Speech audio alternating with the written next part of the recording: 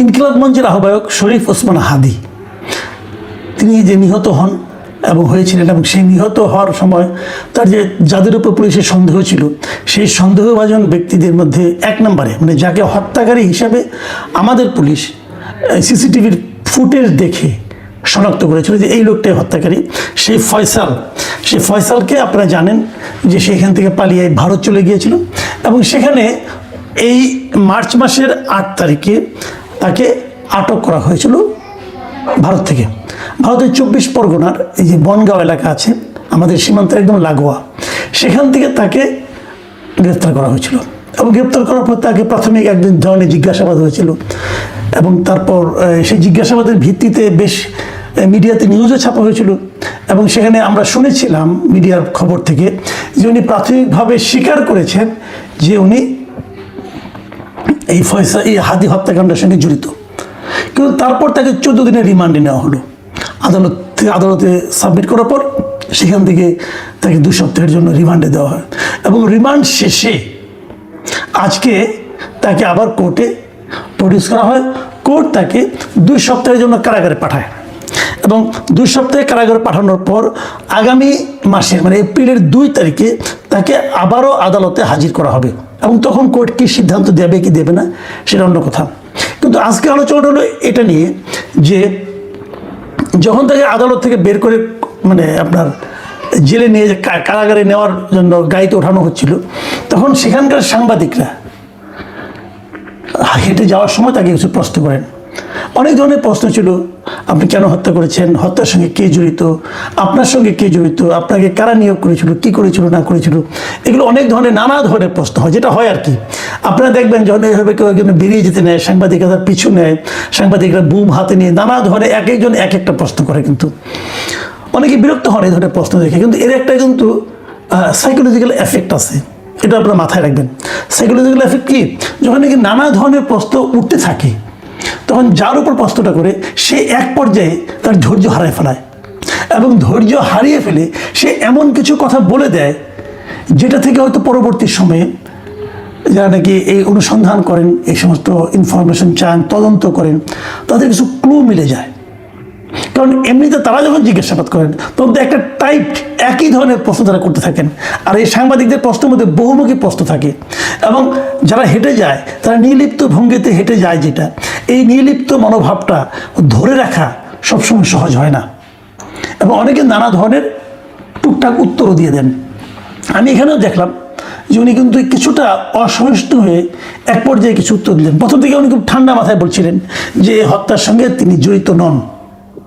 এই যে বলেন জড়িত নন, এই কথাটাই কিন্তু অবিশ্বাসযোগ্য। কারণ এই কারণে যে উনি কিন্তু শুরুতে বলেছিলেন, যখন ওদের কাছে ধরা পড়েছিলেন এই ইন্ডিয়ান মানে কলকাতা পুলিশের কাছে, মানে পশ্চিমবঙ্গ পুলিশের কাছে, তখন উনি কিন্তু প্রাথমিকভাবে বলেছিলেন যে উনি হত্যার সঙ্গে জড়িত আছেন এবং সেটা আমরা নিউজও পেয়েছি যে STF সূত্র তারা জানিয়েছিল যে জিজ্ঞাসাবাদে ফয়সাল ও আলমগীর ঢাকায় ওসমান হাদিকে হত্যার বিষয়টি স্বীকার করেছেন।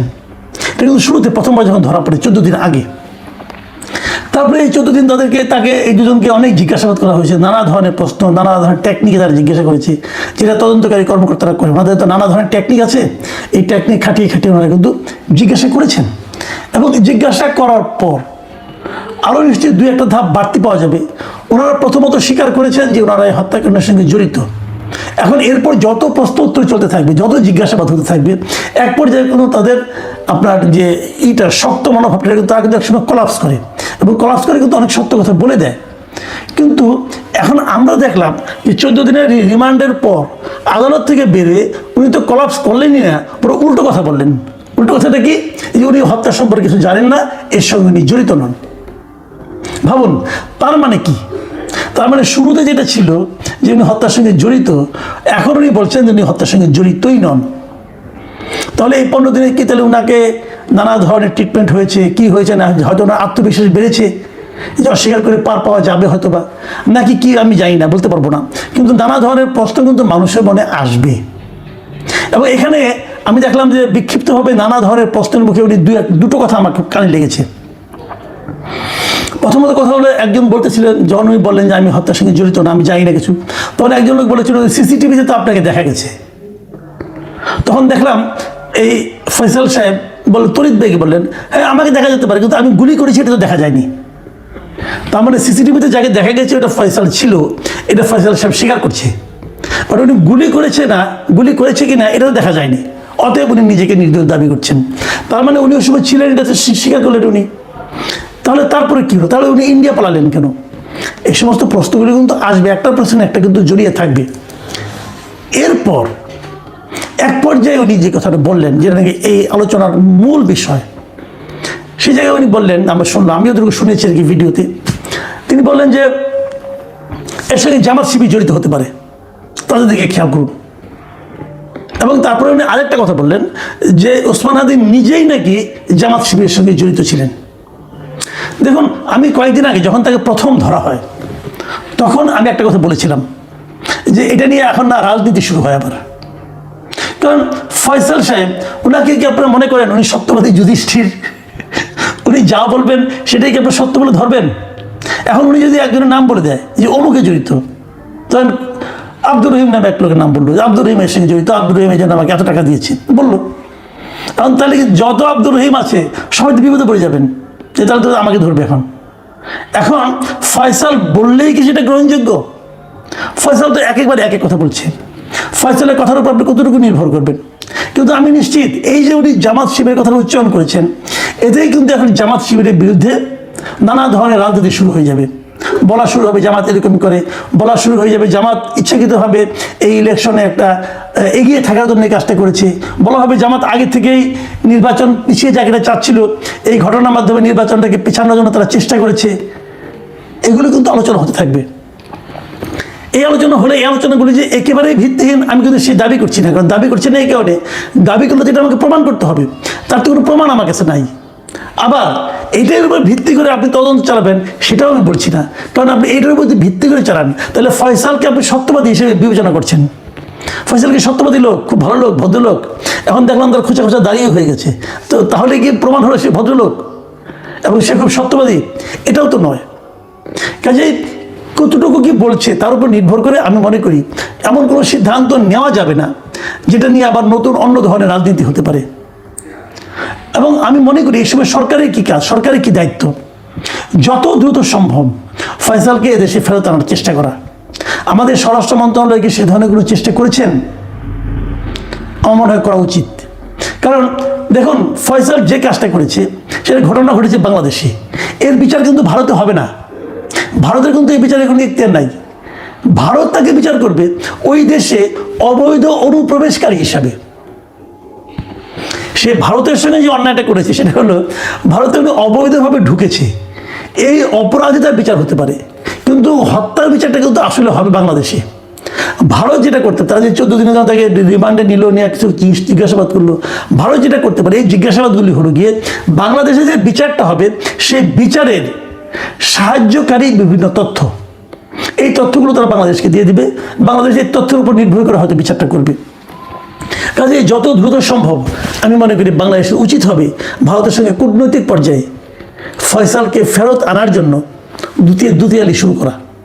আমাদের একজন খুবই ক্যারিসমেটিক পররাষ্ট্রমন্ত্রী আছেন বলা হয় আর কি, ওনার ক্যারিসমা এখন আমি দেখি নাই।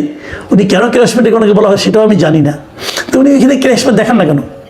আমি তো আশা করবো খলিল সাহেব এখনই মাঠে নামবেন এবং কীভাবে ওনাকে দেশে ফেরত আনা যায় তার জন্য প্রয়োজনীয় কূটনৈতিক কর্মকাণ্ডগুলো শুরু করবেন যত দ্রুত সম্ভব। আমি বলবেন যে একজনের জন্য আমার এটা কেন করতে হবে, তার থেকে গুরুত্বপূর্ণ শেখ হাসিনা আছে। হ্যাঁ আছে, কিন্তু ইম্পসিবল কাজের দিকে সময় নষ্ট না করে যেটা পসিবল কাজ, যেটা সম্ভব সেটাই আগে করুন, ওইটা পরে দেখা যাবে, ওটা করা যাবে। কিন্তু এটা তো ইমিডিয়েট দরকার। এখানে যে হাদির মতো একটা ছেলের মৃত্যুকে কেন্দ্র করে এদেশে কিন্তু হইচই রাজনীতি কম হয়নি, অনেক কিছু রাজনীতি হয়ে গেছে। কাজে সেই রাজনীতিটাকে থামানোর জন্য হলে এটা করা দরকার। দেখুন, নানা ধরনের কথা কিন্তু প্রচারিত আছে।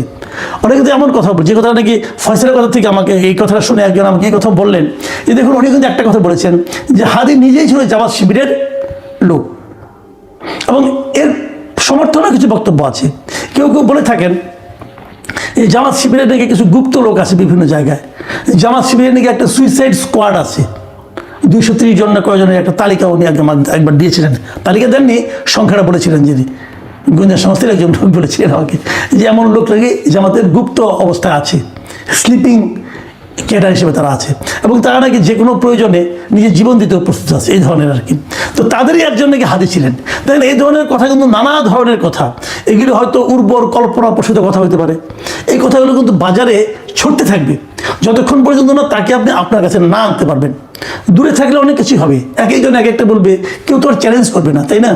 কাজে এই চ্যালেঞ্জগুলো যাতে না করতে হয়, যেন সব কিছু মিলে আমরা যেন একটা সমাধানে পৌঁছতে পারি, আমরা যেন একটা প্রকৃত ঘটনাটা কী সেটা যেন জানতে পারি, এই জন্য যত দ্রুত সম্ভব এই ফয়সাল এবং আলমগীরকে এদেশে ব্যাক করা দরকার, এবং তাকে ফিরিয়ে আনার জন্য কূটনৈতিকভাবে যতদূর পরিশ্রম করা যায়, যতদূর চেষ্টা করা যায়, আমাদের পররাষ্ট্র মন্ত্রণালয় সেটা করবেন এই প্রত্যাশা আমি করি। আমি মনে করি এটা নিয়ে আগেই ওই চিলে কান নিয়েছে শুনে, চিল শুনে আপনি চিলের রাজনীতি শুরু করে দেবেন, এটা ঠিক হবে না। প্রিয় দর্শক, আমি সবসময় একটা কথা বলি, আমি আমাদের দেশে কোনো রাজনৈতিক ঘটনাকে কেন্দ্র করে জাতিগত বিভক্তি চাই না। জাতিকে আর বিভক্ত করেন না আপনারা। আমরা একটা ঐক্যবদ্ধ সমাজ চাই, ঐক্যবদ্ধ জাতি চাই, ঐক্যবদ্ধ রাজনীতি চাই। রাজনীতিতে মতভেদ থাকবে, কিন্তু দেশটা যেন ঐক্যবদ্ধ থাকে সেটাকে খেয়াল রাখতে হবে। আপনি জামাত করবেন না, জামাত করবেন না, বিএনপি করবেন না, বিএনপি করবেন না, আওয়ামী লীগ করবেন না, আওয়ামী লীগ করবেন না, কোনো সমস্যা নাই। কিন্তু যেটাকে আপনি অপছন্দ করেন সেই রাজনৈতিক দলকে দেশ থেকে বিতাড়িত করবেন, অথবা তারা সমস্ত অন্যায় তাদের উপর চাপাই দিবেন, এটাও কিন্তু আমি মনে করি ঠিক না।